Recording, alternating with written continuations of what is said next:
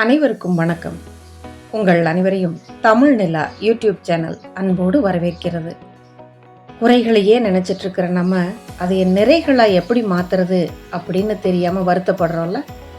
அப்படி வருத்தப்படாமல் இருக்கணும்னா இந்த கதையை நீங்க கேளுங்க. கதையோடு நான் பேசுவேன்ல, ஒரு கதையோடு உங்களை சந்திக்க வந்திருக்கேன்.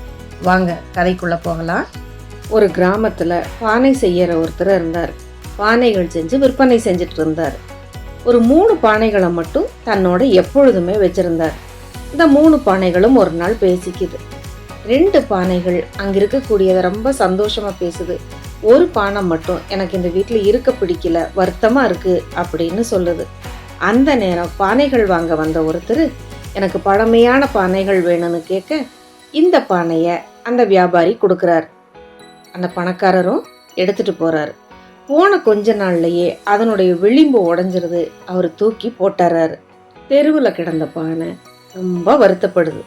அந்த நேரம் ஒரு வயசான பெரியவர் வந்து அந்த பானையை எடுத்துட்டு போறாரு. அந்த பானையில தண்ணி ஊத்தி பறவைகள் குடிக்கிறதுக்காக வைக்கிறாரு.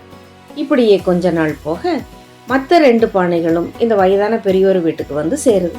இப்படியே கொஞ்ச நாள் போகுது. ஒரு பானை விளிம்பு உடைஞ்சது, ஒரு பானையில் ஒரு சின்ன ஓட்டையாயிடுச்சு, இன்னொரு பானையிலையும் ஒரு சின்ன குறையாயிடுச்சு. இருந்தாலும் கூட அந்த பெரியவர் அதைய தூக்கி போடாமல் ஒரு பானையையும் ஒரு வகையில் உபயோகப்படுத்தினார். அந்த பானைகளுக்குள்ள தன்னுடைய குறை மறைஞ்சு போய் ரொம்ப சந்தோஷமாயிடுச்சு. நம்ம வாழ்க்கையில் கூட இப்படி தாங்க, குறைகள் இருக்க தான் செய்யும்.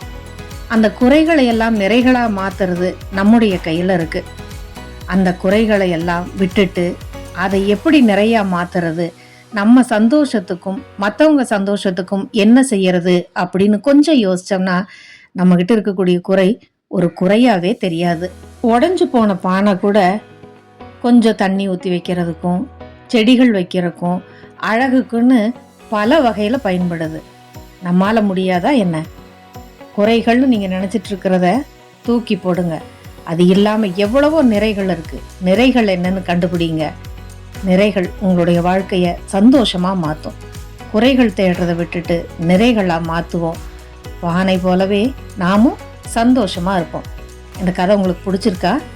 கதை பிடிச்சிருந்தா லைக் பண்ணுங்க, கமெண்ட் பண்ணுங்க, ஷேர் பண்ணுங்க, மறக்காம சேனலை சப்ஸ்கிரைப் பண்ணுங்க. குறைகளை விட்டுட்டு நிறைகளை தேடுவோம், சந்தோஷமா இருப்போம்.